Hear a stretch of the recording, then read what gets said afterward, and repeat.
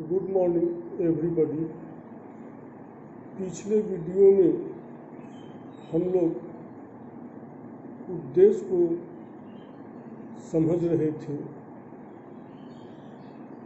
हम लोगों ने देखा कि शिक्षक शिक्षा प्रदान करने से पहले अपने संबंधित विषयों से या अपने संबंधित विषयों के उद्देश्य को अच्छी तरह से समझ करके उसके बाद ही वह बच्चे के सामने प्रस्तुत करता है।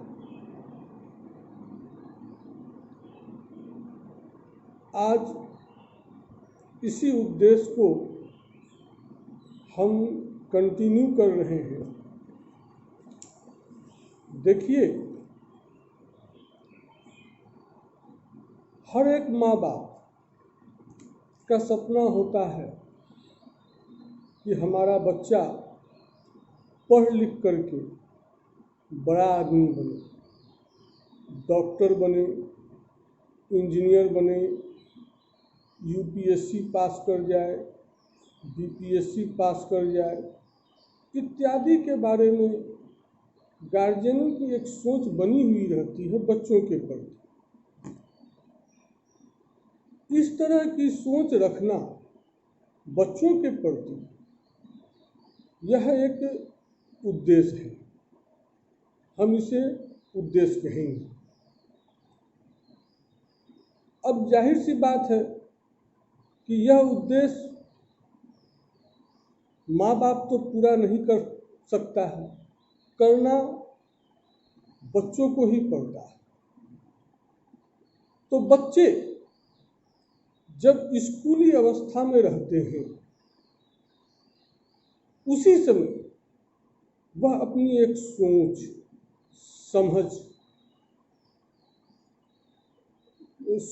समझ बना लेते हैं कि मुझे जीवन में क्या करना है, क्या बनना है। इस प्रकार की सोच को हम एम कहते हैं, हम एम्स कहते हैं, हम उद्देश्य कहते हैं। यदि आपने इसे हासिल कर लिया तो यह उद्देश्य लक्ष्य में परिवर्तित हो जाता है, गोल में बदल जाता है। आप कह सकते हैं कि मैंने अपने लक्ष्य की प्राप्ति कर ली, मैंने अपने गोल की प्राप्ति कर ली, मैं जो बनना चाहता था बन गया। आज हम लोग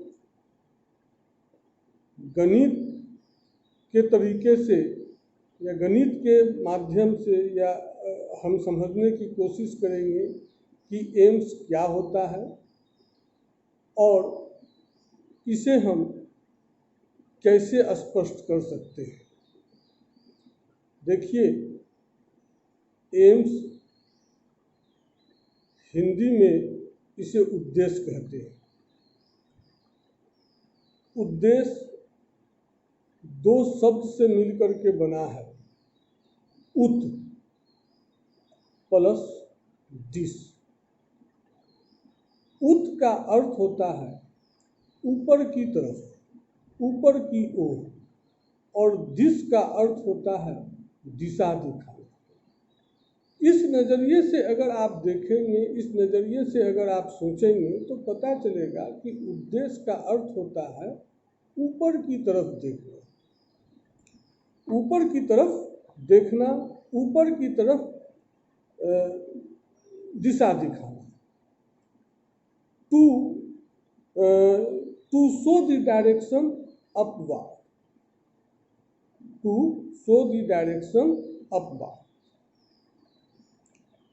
ऊपर की तरफ देखना या ऊपर की तरफ दिशा दिखाना, इसका अर्थ है कि आप जीवन में जो कुछ बनना चाहते हैं उसकी बात की जा रही।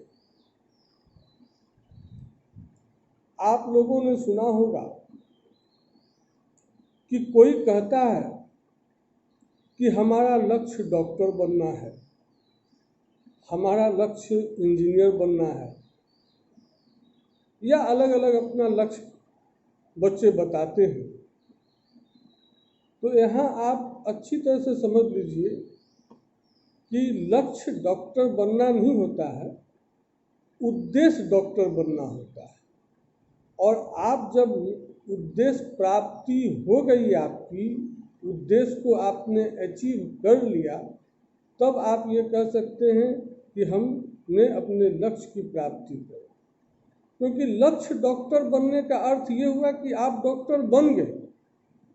लक्ष्य इंजीनियर बनना अगर आप कह रहे हैं, इसका अर्थ यह है कि आपने इंजीनियर बन गए, आप बन चुके, लेकिन आप बने नहीं हैं। तो जब नहीं बने हैं तो वहाँ उसको उद्देश्य ही हम कहें।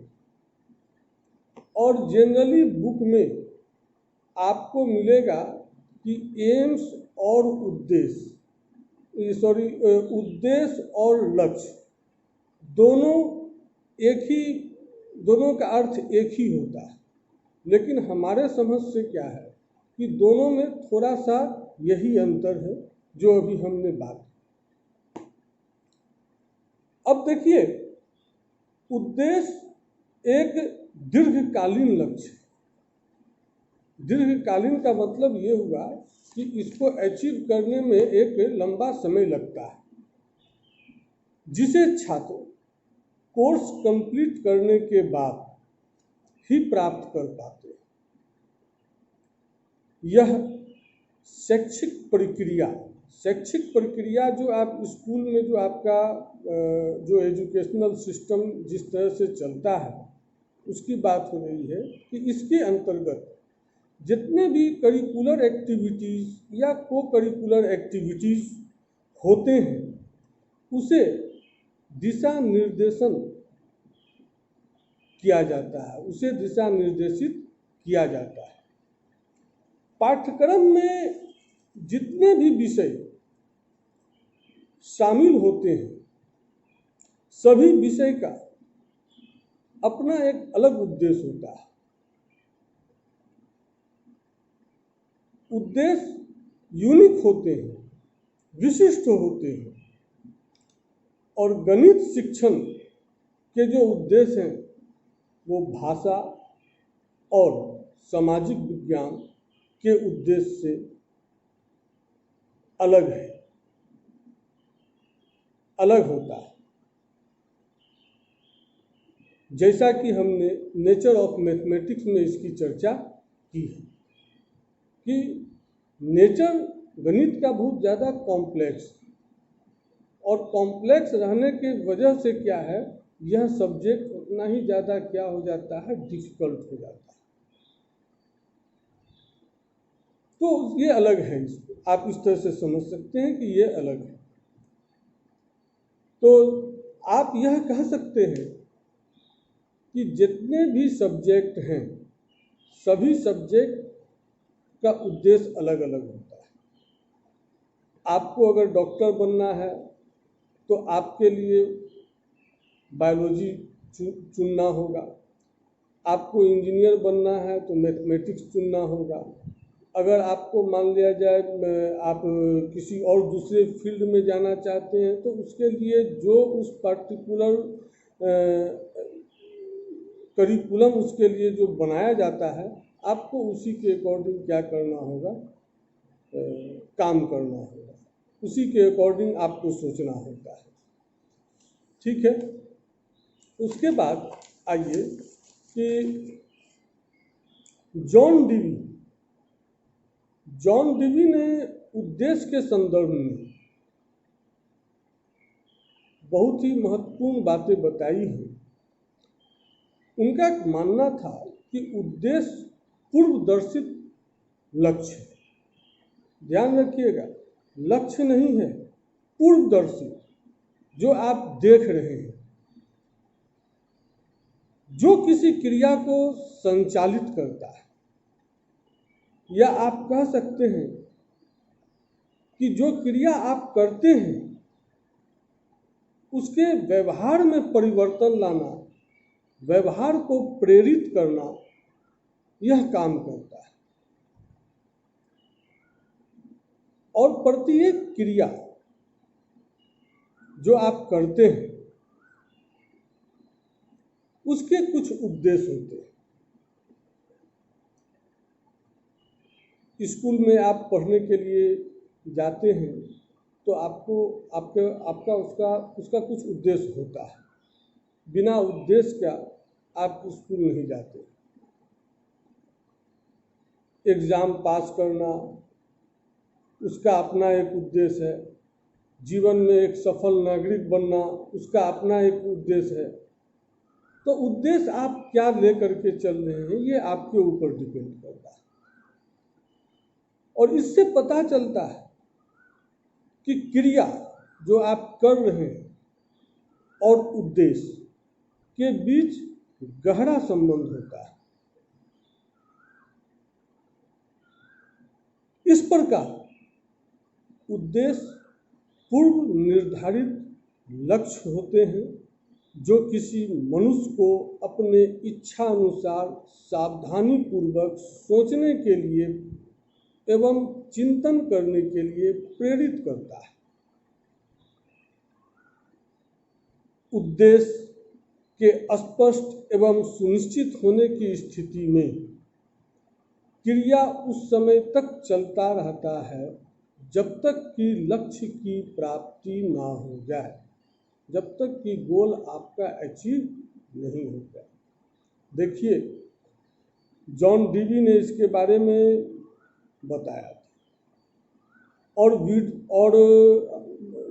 मोबाइल के जरिए, ऑडियो कॉलिंग के जरिए हम आप लोगों को इस स्टेटमेंट को बहुत ही अच्छे तरह से एक्सप्लेन कर चुके हैं। अब आइए डिफिनेशन ऑफ एम्स। एम्स की परिभाषा प्रोफेसर बीडी भाटिया इन्होंने बताया कि उद्देश्य के ज्ञान के अभाव में शिक्षक उस नाविक की तरह हैं जिसे लक्ष्य का पता नहीं है तथा विद्यार्थी उस पतवार रहित नौका के समान है जो समुद्र की लहरों में थपेड़े खाकर किनारे तक पहुंचती। हमने इसकी भी बात, हमने यह भी बताया था कि जो नाविक होते हैं, नाव चलाने वाले होते हैं, आप अगर उनको टीचर मान लें, नाव में बैठे हुए स्टूडेंट को अगर आप नाव में बैठे हुए आदमी को स्टूडेंट मान लें, और नाव खेपने वाला जो होता है अगर आप उसको उद्देश्य मान लें, तो अगर वो नाव खेपने वाला जिससे धारा को काटा जाता है अगर वह नहीं होगा तो नाविक आपको उस पर्टिकुलर पॉइंट पर नहीं पहुंचा सकता है जहां आप जाना चाहते हैं, क्योंकि उसका मेन हथियार ही क्या हुआ, छिना गया। मेन हथियार ही उसके पास नहीं है। तो वही बातें शिक्षक के साथ भी लागू होती है कि शिक्षक को अपने सब्जेक्ट का उद्देश्य के बारे में पता होना चाहिए कि पर्टिकुलर यह सब्जेक्ट पढ़ करके बच्चा अपना कौन सा उद्देश्य अचीव कर सकता है। अगले वीडियो में हम इसी बात को आगे बढ़ाते हुए एम्स ऑफ मैथमेटिक्स टीचिंग पर चर्चा। Thank you.